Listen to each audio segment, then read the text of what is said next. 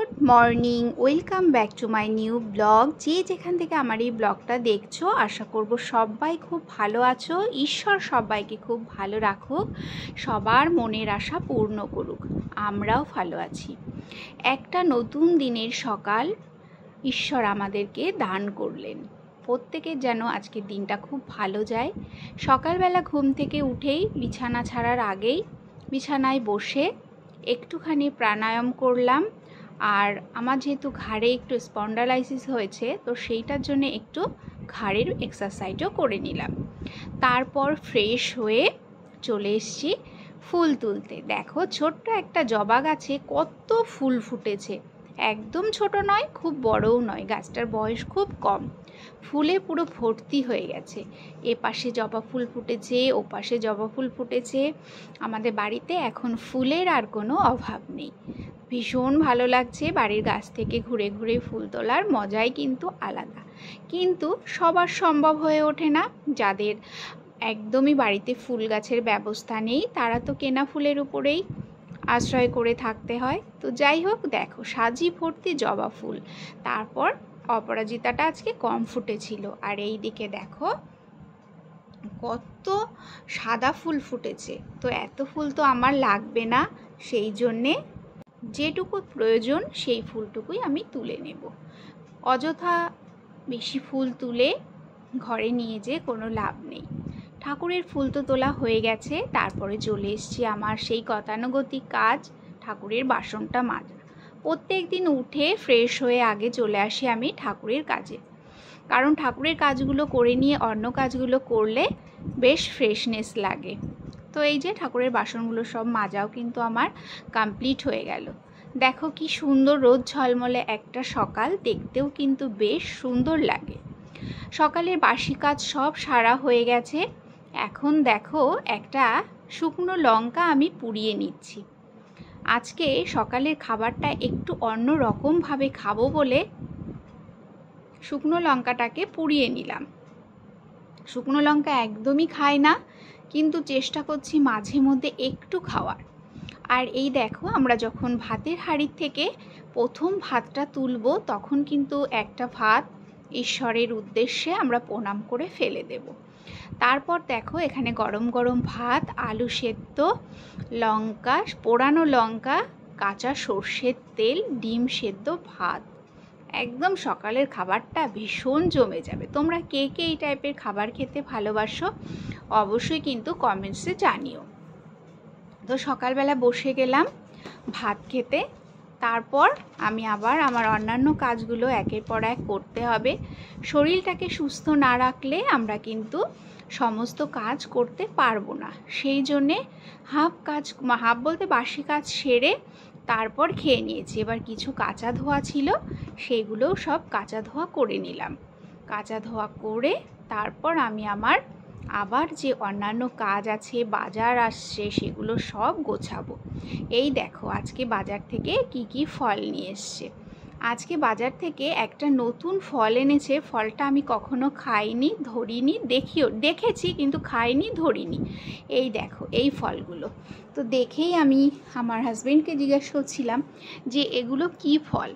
বলছে খেতে দুর্দান্ত টেস্টি, তুমি আগে খেয়ে দেখো। কারণ দোকান থেকে যখন ফলের দোকান থেকে ওকে বলেছে এই ফলটা নেওয়ার জন্যে, ওকে একটা টেস্টও করিয়েছে যে তুমি আগে খেয়ে দেখো, ভালো লাগলে তারপরে নিয়ে যাও।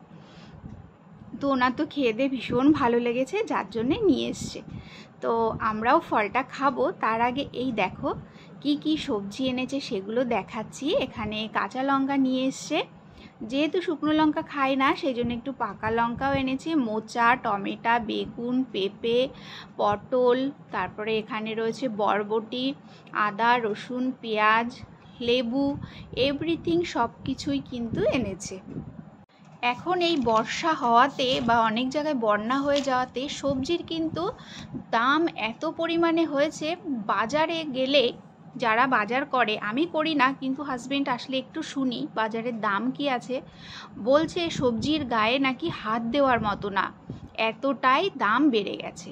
তো মধ্যবিত্ত সংসারে দাম যতই বাড়বে আমাদের খরচাটা কিন্তু একটু কমাতে হবে, সেই দিকটা কিন্তু আমাদের সব সময় মাথায় রাখতে হবে যে বিভিন্ন একটু যদি চিন্তা ভাবনা করে আমরা চলি তাহলে কিন্তু অবশ্যই আমরা সব কিছু মেনটেন করতে পারবো। ভিন্ন চিন্তাধারার মানুষের জন্যে পৃথিবীটা কিন্তু এতই বৈচিত্র্যময়। একটু বুদ্ধি খাটিয়ে করলে সংসারের কঠিন কাজগুলো কিন্তু আমরা সহজে করে ফেলতে পারবো। দেখো, আমি উচ্ছেটা ভেজে নিয়েছি, মাংসটা কষাতে কষাতে সবজিগুলো সব সবজির ঝুড়িতে সাজিয়ে রেখে দিয়েছি। তার মধ্যে আমি মাংসটা কিন্তু কষিয়ে জলও দিয়ে দিয়েছি। তো এই যে জল দেওয়া হয়ে গেছে, এটাকে এবার আমি কিছুক্ষণ ঢাকা দিয়ে দেব। ঢাকা দিয়ে আমরা হাজার কাজের মধ্যে দিয়েও কিন্তু নিজেদেরকে আমাদের সুস্থ রাখতে হবে, সেই জন্য একটু জলও খেয়ে নিচ্ছি। বাড়ির প্রত্যেকটা সদস্যকে আমরা যেরকম সুস্থ রাখবো, তাদের দিকে খেয়াল রাখবো, আমাদের নিজেদেরও কিন্তু নিজেদের দিকে খেয়াল রাখতে হবে। জলটা খেয়ে এবার একটুখানি স্কিন কেয়ার করব। সামনেই পুজো চলে আসছে, পুজো আসুক না আসুক, পেটে দিলে যেমন পিঠে সয় সেই রকম স্কিনেও কিন্তু কিছু দিতে হয়। এখন প্রচণ্ড পলিউশন, তারপরে সানট্যান, বাইরে যারা যায়, রান্না যারা করি তাদেরও কিন্তু স্কিনে প্রচুর পরিমাণে সানট্যান পড়ে। তো সেই জন্যে মাংসটা হতে হতে আমি এখানে একটুখানি প্যাক মেখে নিচ্ছি। মাংসটা শেষের পথে প্যাকটা মেখে তারপর আমি ঘরে গিয়ে মাংসটাকে নামাবো। তো এইভাবে যদি আমরা একটু বুদ্ধি খাটিয়ে কাজগুলো করি তাহলে কিন্তু কঠিন কাজগুলো আমাদের একদম সহজ হয়ে যাবে। তো এই যে প্যাকটা তো পুরো মুখের মধ্যে মাখিয়ে নিলাম। তোমরা যদি কেউ দেখতে চাও যে কি কি জিনিস দিয়ে আমি প্যাকটা তৈরি করেছি, অবশ্যই আমাকে কমেন্টসে জানিও। কিছুক্ষণের জন্য মুখে এটা মেখে রাখতে হবে। তো সেই জন্যে মেখে চলে এসছি, আর এদিকে চিকেনটা আমার হয়েও গেছে। এবার আমি এটা নামিয়ে দেব। আর এটা মুখের মধ্যে অ্যাবজর্ব করতে থাকবে। তো এটা জাস্ট আমাদের বুদ্ধি আর ইচ্ছে শক্তি যদি আমাদের থাকে আমরা কিন্তু সব কিছু উত্তীর্ণ করতে পারবো। মাংসটা নামিয়ে আমি কিন্তু আমার দুপুরে যে সমস্ত রান্নার বাসন বেরিয়েছে সেগুলো সব একবারে মাজা ধোয়া করে নিচ্ছি। মাজা ধোয়া করে তারপরে একবারে স্নান করতে যাব।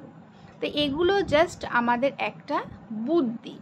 এই বুদ্ধিটা যদি আমরা খাটিয়ে চলি আমরা প্রচুর কাজ করতে পারবো, সমস্ত কিছু কিন্তু মেনটেন করতে পারবো। আর যদি আমরা একটুখানি বুদ্ধি না খাটাই, একদম নর্মালভাবে সংসার করি, তাহলে কিন্তু কোনো কিছুই মেনটেন করতে পারবো না। আমার এই ব্লগটা যদি তোমাদের ভালো লাগে তোমরা তোমাদের ফ্রেন্ডস অ্যান্ড ফ্যামিলির সাথে শেয়ার করে দিও।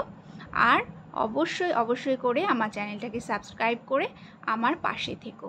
যারা এখনও সাবস্ক্রাইব করোনি তারা সাবস্ক্রাইব করে দিও, যারা করেছো তাদেরকে অসংখ্য ধন্যবাদ।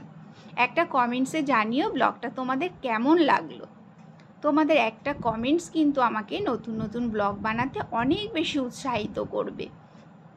একটা লাইক করে যেতে ভুলো না। তো এইভাবে কিন্তু সবাই আমরা একে অপরের সাথে এগিয়ে যাব। ঠাকুরের পুজো দিয়ে নিলাম, এবার আমরা লাঞ্চটা করতে যাব। উচ্ছে ভাজা, সাদা ভাত, চিকেন, সঙ্গে পেঁয়াজ, লেবু, লঙ্কা। তো অবশ্যই কমেন্টসে জানিও ব্লগটা কেমন লাগলো। বাই।